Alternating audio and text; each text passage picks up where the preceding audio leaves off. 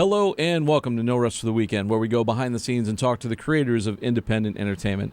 I'm Jason Godbey, and with me in the Rabbit Hole studio today, he is the acclaimed director of Dementia 13, and his new film is called Bloodbound, making his triumphant return to the studio, Mr. Richard Lemay. Welcome, Richard. Thank you for having me. Hey, man, it's great to have you back. You were one of the guinea pigs of the show. You were on the first series before anyone had seen anything, and our format was a little bit different. So thanks so much for coming back, man. No, my pleasure. And we even said on that episode, I said, come back when you have the new movie out. Right. So let's get right into it. Now, if you want to know more about Richard, you can take a look at episode 106, which is where we talk all about him and, his directing career and how he got to be where he is.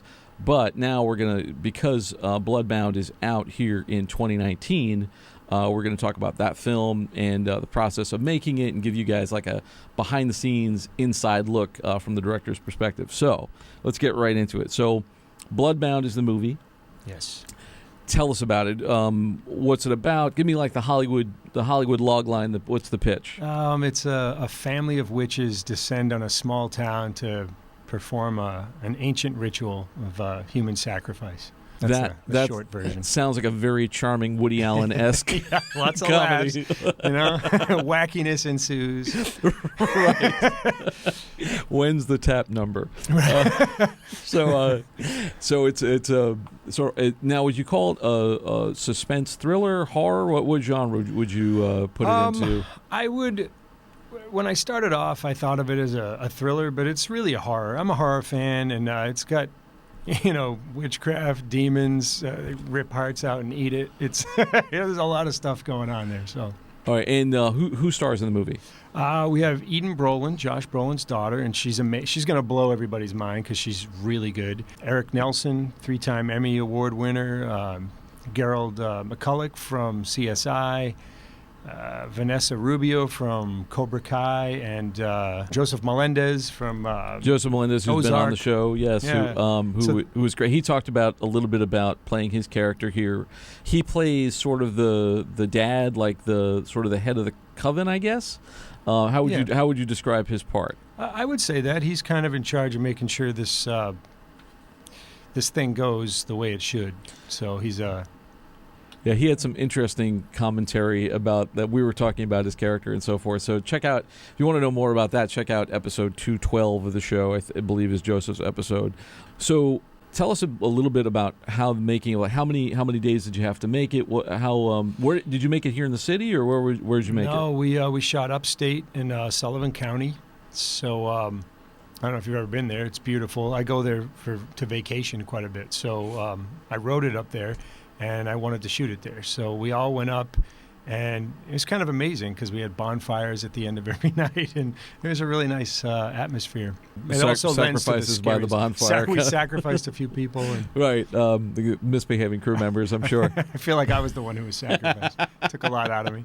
How many days did you have to shoot it? We shot it in 18 days. Wow. That's not a lot, especially for a movie that size. How long is the script? Are you talking like a 100-page script? Or? I don't even remember. It's probably about 110 pages. So wow. We had to cut stuff. Don't give me too much credit because, we I think anytime you do any low-budget film, there is compromise. And that's cool because that's the name of the game. And I think it's about how well you react on your feet. So sometimes stuff gets better because of the compromise. Sometimes it gets worse. Often, let's face it, we never have enough time. Time is money. You never have enough time or money when you're making, things in the low budget realm, or if you're trying to produce something basically any independent production. They could have $5 million, which is a lot of money to some people, but they'll still say it wasn't enough to make the movie they were trying to make it with. And then when you're doing this, like if you're shooting 110-page script in 18 days, you're cooking through pages per day. For you, I mean, just to give us a little director's insight, like how do you approach that? How do you attack that kind of subject matter, and how do you get into it so you can get through the pages every day and make your day? I always say with every movie, it's because if you're talking about time constraints, then you have to find your rhythm. So I always say the first 2 days we start low, 3 to 5 pages. which for big budget movies that's very, very high. Right, it's so ambitious. For me, that's low. But when you get going, after the third day on, you're shooting 6 to 10 pages a day, and you just have to know that's what it is. I think you have to take into consideration certain things if you have like a ritual in the woods with fire and stuff like that, and multiple people, or if you have special effects, demons, or practical gags, you have to give that the time it deserves. And a lot of times it isn't enough time, but you have to give it more time than just 2 people sitting in a diner, you know? Yeah, well, it's also a matter of safety and making sure that everything's planned out beforehand, and that stuff just takes time. I mean, and it takes time to light that, and it takes time to sort of approach it. I mean, when you're doing that, because I've been on shows where you're doing maybe 5-6 pages a day, and if you have a small crew, it's taxing. Like, you're burnt at the end of the day. If you're shooting 10 plus pages a day, it's a lot. Was the material dialogue heavy, or was it? Yeah. This isn't your typical horror movie. It's very character driven. I knew walking into it. As a horror fan, you have to give horror fans what they want as well. So there are some scares and there's some gore, but essentially it's a meditation on these 2 people who are trapped in a situation on 2 ends of the spectrum, trying to get out of this thing. So, and with this, because you're shooting dialogue heavy stuff and you're trying to get the drama of things, were you able to do things like rehearse with the actors and spend some time? I kind of demand that anyways. So I no matter what I do, I think rehearsal is really key. So we had about 2 weeks here in the city, and then when we got up there, we only had only 2 days just to get our feet wet in the actual location. So, but we had a lot of time with the actors beforehand. Oh, that's good. I mean, that's also a luxury that a lot of productions don't get, and it makes a big difference. I mean, some people also, I've talked about this with other directors too, but a lot of directors, especially film directors, they don't kind of know how to use rehearsal because there's 2 kinds of rehearsal, right? For us, there's rehearsal with the actors and working on performance. And then there's, camera moves and, getting those things down, which you kind of have to do on set. But everything, I assume, like, even if you're doing rehearsals and you're not like blocking and trying to get those types of things down. Or did you do that? Somewhat, yeah. Okay. I think that's important because you have to tweak when you get on set, but ultimately you have to have an idea of where these people are going somewhat, So you can always tweak that stuff when you get there, but I think it's really important to work with the actors because when you get to the set and the actors have a handle on what they're doing, it makes it easier to just kind of work on the technical aspect, and then their performance just gives life to it. Did that inform the way you were going to shoot it? Like, did you find things in rehearsal with them that said, you know what, I really need to do this one in a single, or I thought I was going to do this in a oneer, but now I got to break it up, or things like that? I wouldn't say that in rehearsal necessarily. We were pretty sure of what we wanted visually, but I think when you get there, you say, oh, if you're on a dry riverbed, you're like, wow, where you're going to shoot a tight shot. So that turned into like 130-foot dolly shot, just walking in one take.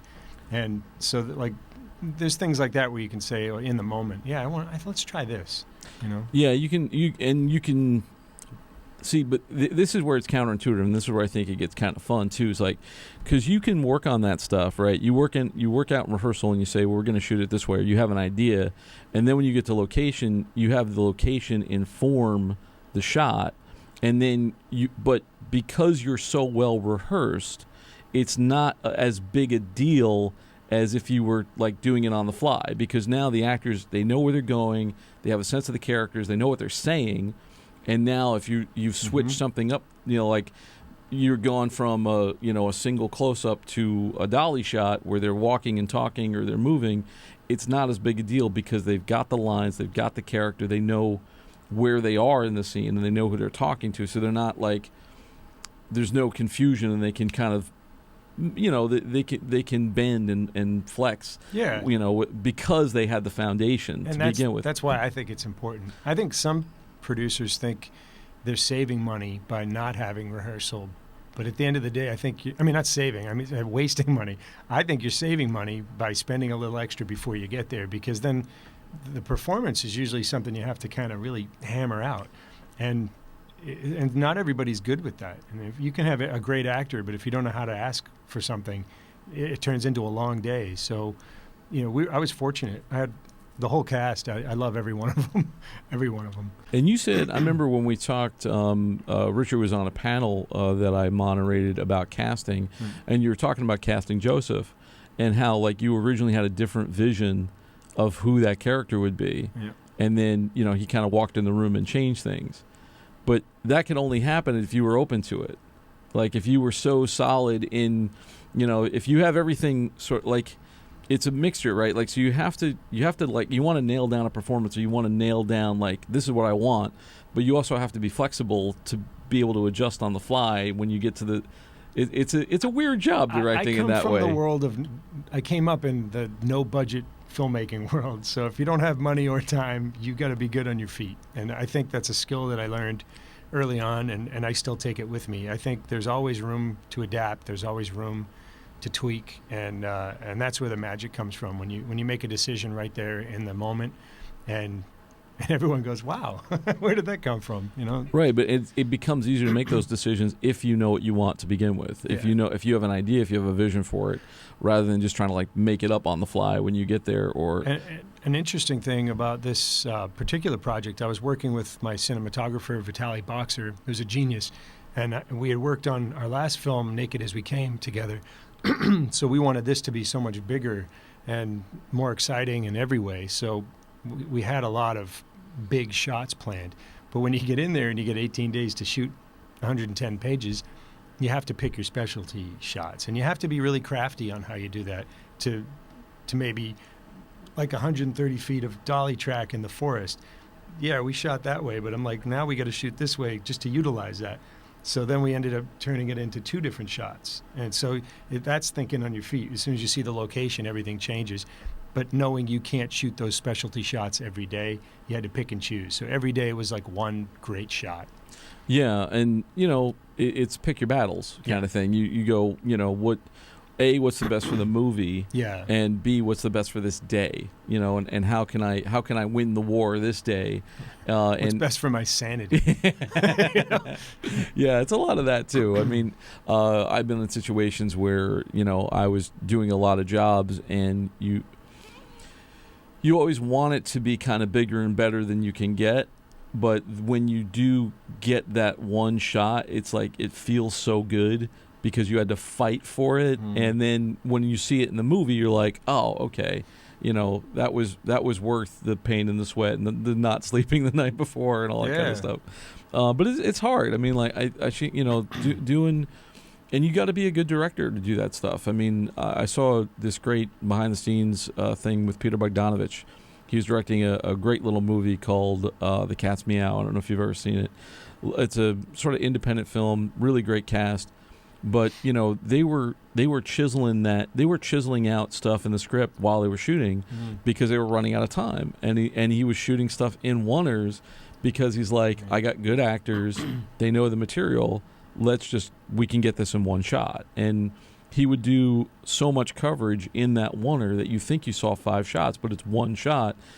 But you only had to shoot it like 5 times as opposed to doing 5 setups 5 times, and planning. And because it was so well planned out, he could, like, get the performance down, nail it, and then when you go to edit, it's like, that's the shot. That one take is the shot. I don't have 5 takes of 5 setups to choose from. Yeah. It's just that one, and it's good because we worked on it and took the time to get it that one down, instead of trying to, what usually people try to do the opposite when they don't have time. They try to cover everything. Right. And they try to, they wind up, it's like dump truck directing where you're shooting like 50 setups of everything and trying to get every angle, and then, we'll figure it out in editing. It's like, no, you got to figure it out beforehand, and then you know what you're doing, kind of thing. Well, it's interesting. I keep going back to this 130 foot of dolly track in the forest, and we shot the first shot, and it was 2 people walking, and then it's a pretty lengthy scene, but they did it, And then when you reverse it, I'm like, we can't have just two people walking, because that was what I was going to do. That was in the script. So using the dolly track, we started in a 2-shot. They stand up, we all start moving with the dolly, and then it ends in an OTS, over the shoulder. Mm-hmm. And so I really got so much bang for my buck out of that, and it was a happy accident. I didn't plan on that. Like, when we were doing the blocking, we're like, that's amazing. Directing in New York, because you've directed movies here and stuff like that, when you're shooting particularly like street stuff, I tell people everything I learned by watching Law and Order.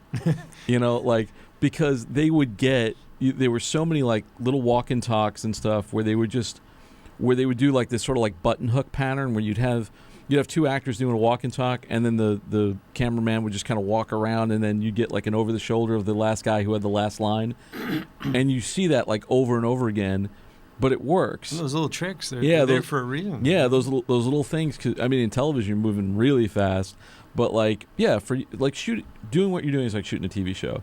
You shot like a feature film in what normally is like a TV schedule. So like, well, Dimension 13 was only 20 days. Yeah. And wow. that was in one location, and we still didn't have enough time. You know what I mean? Although that had a lot of specialty shots. Yeah. The photography's pretty cool in that. Well, and with this too, I mean, like, the other thing I was going to ask you about directing-wise is kind of the subject matter. First of all, so you wrote this picture, right? Yeah. Did you co-write it or you wrote it all by yourself? I wrote it by myself. So what was the inspiration behind it, or why this film kind of I'm thing? almost embarrassed to say this. It's crazy. I was reading the news, and there was a home invasion in Long Island, and these people got hurt very badly by these group of people. And I just kept thinking about that for some reason. Like, what would I do? And it turned into a rage fantasy. And I kept thinking and thinking. And then eventually it became like, what if you could like turn the tables on these people breaking into your house? And then it eventually turned into, what if there were witches, and then someone breaks in, and then you're captured in part of this bigger picture, unbeknownst to you.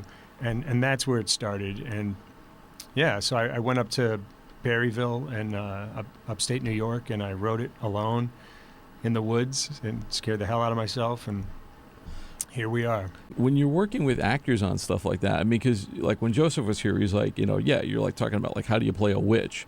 Like, it's the, it's weird. Like, it's a weird subject matter. But so you as director, like a lot of times, I think you have to be like an interpreter.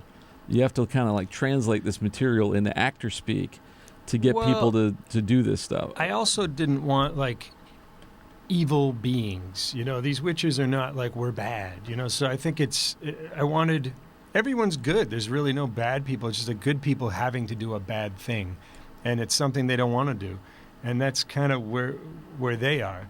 And so every one of them, you kind of feel for them too, because they're like, as this goes on, it gets pretty dark. It's a very dark film.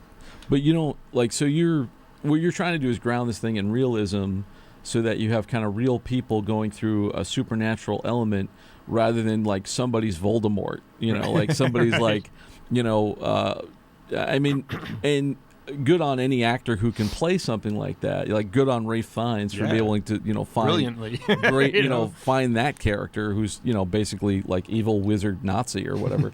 But like for you, it's like and it's also you're rooting things in kind of the small world of like, it's this setting. It's not, nobody's taking over the world kind of thing, as we've become used to in cinema today. And these people, these witches in this particular movie they've kind of evolved in a way. They look at mankind as kind of like just going off the rails, and they take pleasure in nature and the simple things. And so whenever you're around them, you're out in the woods, you're out in this beautiful home that they're staying in, and there's a lot of nature around them, and that kind of adds to the beauty of this little film.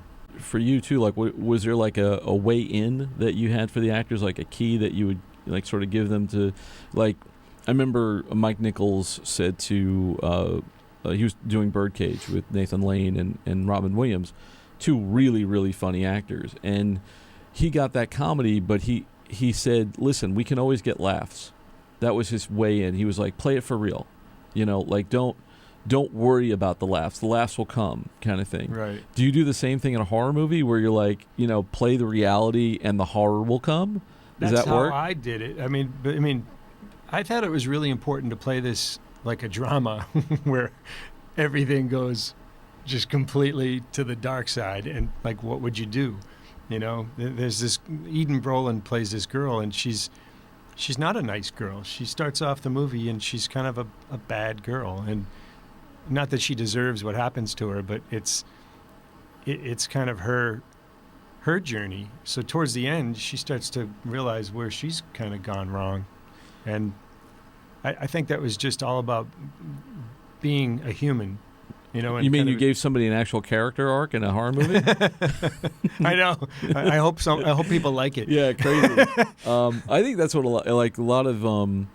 I think when I look at either horror pictures or different genre pictures, I think that the biggest mistake is, too much world building, where it's like it becomes about the world building instead of about the people. Like we talked about Alien the last time we were on here, and you said like Alien's a perfect movie, and the reason why Alien works is because the people are real. They feel like real people. They don't feel like horror movie guy who's going to get killed in 5 minutes kind of thing. It's funny that you should say that, because when I was talking to the secondary characters, I like to go out and like have coffee and talk about stuff before we even start rehearsals or anything. And I was telling them, watch Alien and look at the smaller characters. Everyone's really fully realized. And when they die, you have a reaction to that because you got to know them on some level. And I think that's really important. So that's what we were striving for. I don't know. I don't know if we got it, but we were going for it. Yeah, who's it? There's a great tight close-up. Is it Harry Dean Stanton, where you see the alien drop back down? You really don't want Harry Dean Stanton to die, for one, because he's Harry Dean Stanton. He's just that actor, and a lot of times I think those characters are rich characters because of who's playing them. Because you had somebody like Joseph, because you had someone like Eden, you had good actors. Yeah. That and that makes a difference too. I mean, a lot of these horror films, the acting is not there because they can say, "Oh, it's a horror picture. We don't have to cast stars. We don't have to cast, we're just this person's going to last 5 minutes." But then you realize, like, yeah, well, even if they do, if you have somebody good enough to embody that person for 5 minutes, then maybe you'll care about them. Because most of the time you don't care, and it's like that's not entertaining. It's not like you don't feel anything. Right. I had this long discussion with our friend Darren. We were talking about horror movies and why we don't like them, or why we're not like horror buffs, and like what makes people watch horror movies. And it was like this. We got this deep philosophical discussion, and I don't know if you agree with this, but like things have gotten to be so extreme today in our culture that sometimes we need to look at this stuff to kind of remind us what it was like to feel, something on a visceral level, where and it's a special kind of you in the dark with a bunch of other people, being able to see that stuff. I mean, I think there's a lot of reasons we gravitate towards different things. Horror is a real escape. It scares you. It takes you out of your reality. It's one of those genre films that it completely takes you out of reality. You know what I mean? If you're watching a movie about vampires, you're never gonna come across a vampire. So hopefully, spoilers for for those of you who are hoping, for you East Village kids down there in the goth scene who are just hoping you'd get bit one day. Yeah, but you're right. It's one of those things that kind of it's a roller coaster ride. Yeah, it's like a 2-hour long roller coaster ride. Yeah, and it's funny talking about like character development. I think about The Exorcist, which I love, and for me, it's not about all the head turning and the pea soup coming out of her mouth. It's Ellen Burstyn screaming at the doctor, "That's not my daughter. That thing up there is not my daughter." And that you see her unraveling, and that's scary because she doesn't know how to make sense of it. Right. And it helps that she's Ellen Burstyn. And it, Like we all should have Ellen. Burstyn. If it was Suzanne Summers, you probably wouldn't. No offense to Suzanne Summers, but, like the fact that she's like one of the greatest actresses on the planet Earth helps a lot. Anyway, I got to get moving here because we got to wrap up. But Right. Do you have anything upcoming that you want to kind of talk about? Or first tell me, where can people find out more about Bloodbound and where can they find it? It's streaming on almost all streaming platforms. It's on demand, iTunes, Amazon. So it's all over the place. If you just Google it, Bloodbound 2019, you'll see. Is there a kinds of website stuff. for it? There is not. We have a Facebook page, of course. Okay. But all the information is kind of out there.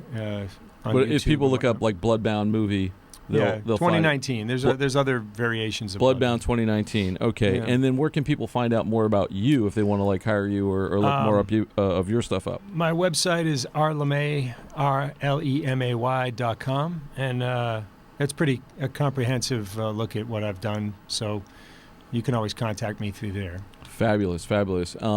So, if you ever have anything else, you can always come back. Thank you. And it's always great having you here. And I really like doing this deep dive on directing and, talk to somebody with real experience. And I look forward to seeing more of your stuff. So thanks for coming. I'm going to wrap up. But thank you. And thank you all out there for taking this trip down the rabbit hole. For more episodes of this show, you can find them on our new website, norestfortheweekendpodcast.com. You can still go to the old website, but it will direct you to the new website with all the episodes. You can also find us on all the major podcast platforms, including Anchor, iTunes, Stitcher, Google Play, Spotify, etc., etc. Once again, love to thank my guest, Richard Lemay. And thank you once again for Behind the Rabbit Productions. I'm Jason Godbey. Thanks for joining us, and we'll see you next time.